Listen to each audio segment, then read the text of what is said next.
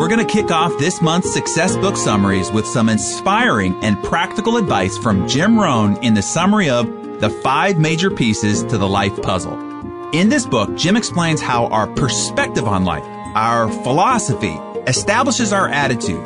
Our attitude then determines both the quantity and quality of the level of our activity. He notes that activity has proportional results. We can't plant a handful of seeds and then sit back and expect an abundant harvest.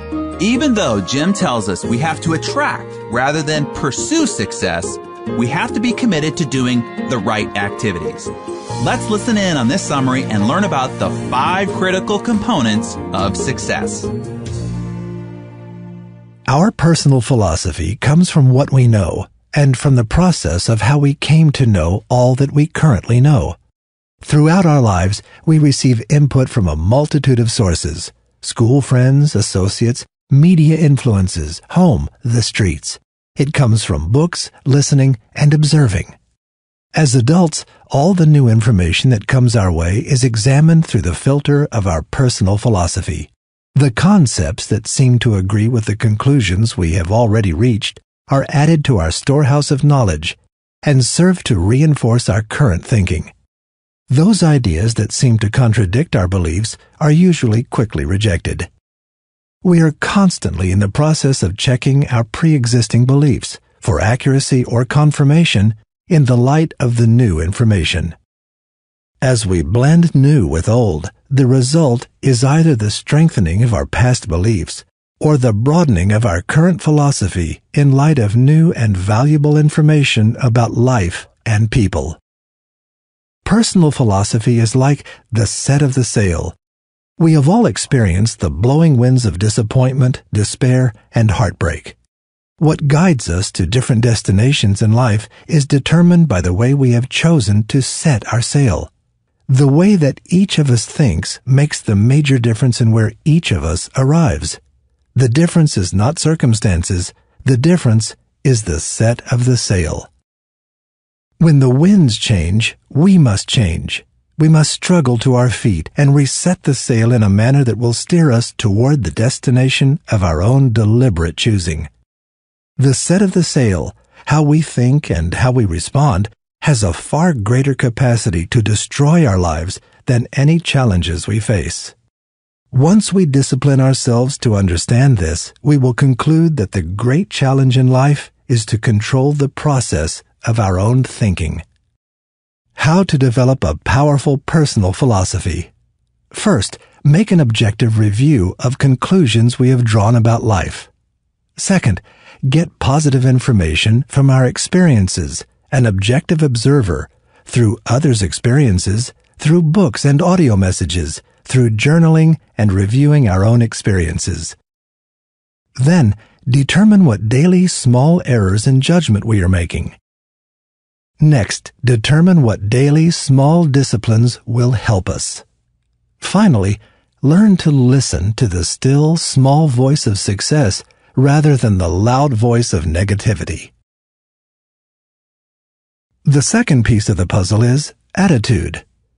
While philosophy deals essentially with the logical side of life, information and thinking habits, attitude focuses primarily on emotional issues that affect our existence. What we know determines our philosophy. How we feel about what we know determines our attitude. Like thoughts, emotions have the capacity to propel us toward future fortune or future disaster. The feelings we carry within us about people, our work, our homes, our finances, and about the world around us collectively form our attitude. With the right attitude, human beings can move mountains. With the wrong attitude, they can be crushed by the smallest grain of sand. Having the right attitude is one of the fundamentals of the good life. That's why we must constantly examine our feelings about our role in the world and our possibilities for achieving our dreams. Since everything in life affects everything else, we must make a careful study of everything and everyone that might be having a wrong effect on our current attitude, including our past and our present circumstances. The thoughts and feelings we allow ourselves to have today are shaping our future. The future is a mirror image of our current philosophy and attitude about life. Here are some things to remember about attitude. First, we cannot succeed by ourselves. Second, appreciating self-worth is the beginning of progress. Next, how we feel about ourselves is a matter of choice. Finally, how we feel is influenced by our associations. The third piece of the puzzle is activity. Whatever life has handed us, whether it's a lot or a little, it is our responsibility to do something with what we have been given. That is how we change pennies into fortunes and obstacles into opportunity, by taking all that we have and all that we are and putting it to work. Sooner or later, we must convert knowledge and good feelings into activity. The more we start with, the more we will receive for our disciplined work. The more being a sound personal philosophy and right attitude. The more we know and the better we feel about ourselves and our opportunities, the greater our chances for success will be. But these aren't enough in and of themselves. What we know and how we feel merely determine potential for achievement. Whether we actually achieve our goals is ultimately determined by our activity. Enterprise is always better than ease. Every time we choose to do less than we could, this error in judgment has an effect on our self-confidence.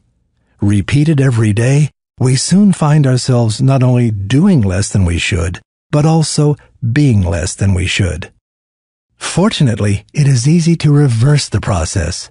Any day we choose, we can develop a new discipline of doing rather than neglecting. Every time we choose action over ease or labor over rest, we develop an increasing level of self-worth, self-respect, and self-confidence. In the final analysis, it is how we feel about ourselves that is the greatest reward from activity. It is not what we get that makes us valuable.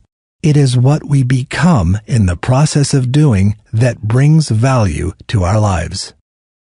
What should be the ratio of activity to rest? Life cannot be a process of all work and no rest. It is important to set aside sufficient time to regain our strength. The Bible offers the philosophy of the ratio of 6 days of labor to 1 day of rest. For some, this will seem somewhat heavy on the labor side. Each of us must select the ratio that best reflects the reward we are seeking, remembering that with diminished labor comes diminished rewards. When choosing our activities, they must first be intelligent, also must be planned, and finally must be disciplined. Activity is a major part of the life puzzle. It is the power that gives substance and meaning to our philosophy and our attitude. Intelligent, planned, intense, and consistent activity creates new energy and keeps us moving toward the exciting future that our thoughts and desires have already designed for us. The fourth piece of the puzzle is results.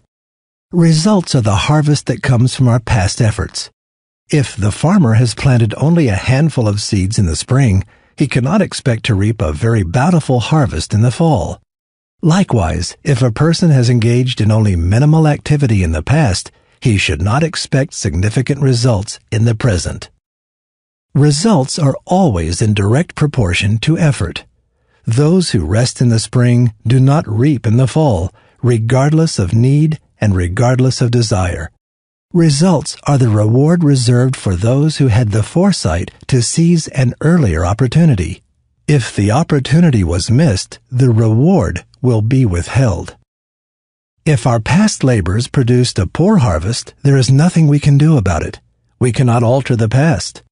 The only thing we can do is prepare for the inevitable arrival of another spring, another opportunity, and then plant, nourish, and tend our new crop as diligently as possible, remembering the painful consequences of our past neglect. In remembering the consequences, however, we must not allow ourselves to be overcome by them. Their lesson must serve us, not overwhelm us. If we are not satisfied with what we have achieved at this point in our lives, then now is the time to fix the future. Unless we change how we are right now, what we have will always be about the same. The same seed sown by the same sower will inevitably produce the same harvest. For the harvest to change, it may be necessary to change the seed, the soil, or more likely than not, the sower. Everything we have in life, the tangibles as well as the intangibles, is a direct result of who we are. If we lost everything tomorrow, we could easily replace it. Why? Because we acquired those things as a result of what we are. Assuming what we are has not changed, in time we will attract back into our lives everything we may have lost. The same applied knowledge, the same attitude, the same effort, and the same plan will produce the same results. If you want better, become better. Have a better philosophy, a better attitude, and a better activity level so you can have better results. Be sure to measure your results frequently so you can ascertain that your philosophy, attitude, and activity are serving you well. The fifth piece of the puzzle is lifestyle. The final blending of our philosophy, attitude, activity, and results is what creates this final personal quest that we call lifestyle. Lifestyle is how we choose to live and how we design our lives. It is the sophisticated understanding of the difference between life's trinkets and life's treasures. Some attribute their poor attitude about life to their low level of income. They maintain that if they ever solved their money problems, they would show us what happiness is really all about. They have not yet discovered that it was their failure to find happiness in the past that affected their current income. Until they discover that happiness is a part of the cause and that wealth is merely an effect, their circumstances are not likely to change. The exciting thing about lifestyle is that we can have it all now. We don't have to wait until we are wealthy or powerful or famous to experience happiness. Lifestyle is really nothing more than the art of doing ordinary things extraordinarily well. Our lifestyle communicates a clear message about who we are and how we think. Lifestyle is where we go, what we do, and how we feel once we are there. Lifestyle is a mixture of substance as well as style, refinement as well as intellect, and emotional control in times of challenge as well as emotional release in times of joy and happiness. Lifestyle means designing ways to live uniquely. It is a skill to be mastered, not a condition to be pursued. Lifestyle is finding new ways to bring joy, pleasure, excitement, and substance into the lives of those we care for while we are working on our goals, not once we have achieved them. Whether we offer our time, a shoulder to cry on, a word of sincere appreciation, or our undivided attention, if we will just be there and really live in that moment, what an experience that could be. Which brings us to our conclusion, urgency. The barrier to success is often that, because we have so much, we tend to settle for so little. When we have a place to live, a phone, a television, a car, a source of income, clothes to wear, and food to eat, we drift into a dangerous place called the comfort zone. We lack either the sense of overwhelming desperation or the incredible force of inspiration to drive us into the marketplace. We might often wish for more, we might frequently want more, but we have neither a burning need nor a burning desire to do what it takes to have more. The most dangerous aspect of the comfort zone is that it affects our hearing. The more comfortable we are, the more oblivious we become to the sound of the ticking clock. Because there always seems to be so much time ahead of us, we unwittingly squander the present moment. We use it for entertaining ourselves rather than preparing ourselves. Those who live in the comfort zone seem to have developed a strange philosophy about human immortality. There's always tomorrow. There's always next week, next month, next year. There's no real cause for concern. There's no real need to do anything about changing it right now. After all, it won't always be this way. By this time next year, things will be different for me. The problem with waiting until tomorrow is that when it finally arrives, it is called today. Each of us must pause frequently to remind ourselves that the clock is ticking. We cannot afford to wait for the 2-minute warning.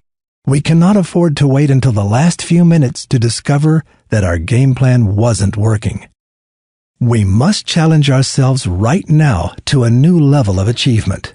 We must impose upon ourselves a new discipline and develop an attitude about life that motivates us and inspires others. We must identify our current opportunity and embrace it. We must breathe our talent, vigor, and sense of urgency into its existence and discover all that we can do. You can do it. You can change your life, and you can start right now by simply developing a new sense of urgency.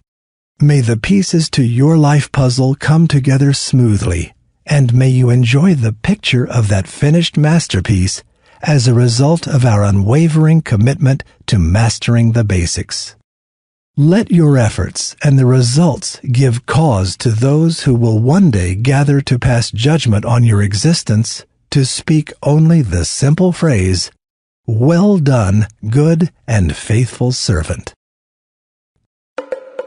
Action steps. Get more out of this success book summary by putting what you've learned into action. Here are a few questions and thoughts to help you get started. First, make a list of the 5 people you associate with most often. Second, evaluate the influence each has on you. Third, determine whether these people will get more, less, or none of your time.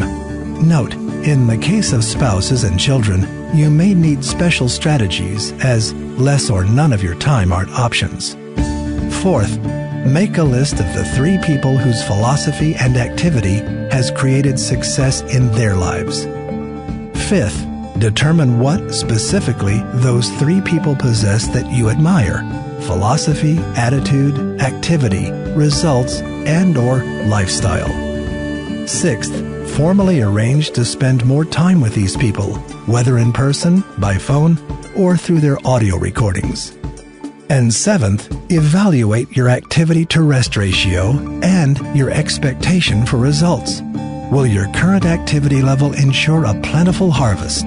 If not, what do you need to do differently? Summarized by permission of the publisher Jim Rohn International, 2835 Exchange Boulevard, Suite 200, Southlake, Texas 76092. The 5 Major Pieces to the Life Puzzle by Jim Rohn, copyright 1991-2002 by Jim Rohn. Success Book Summaries, copyright 2010 by Success Media, all rights reserved.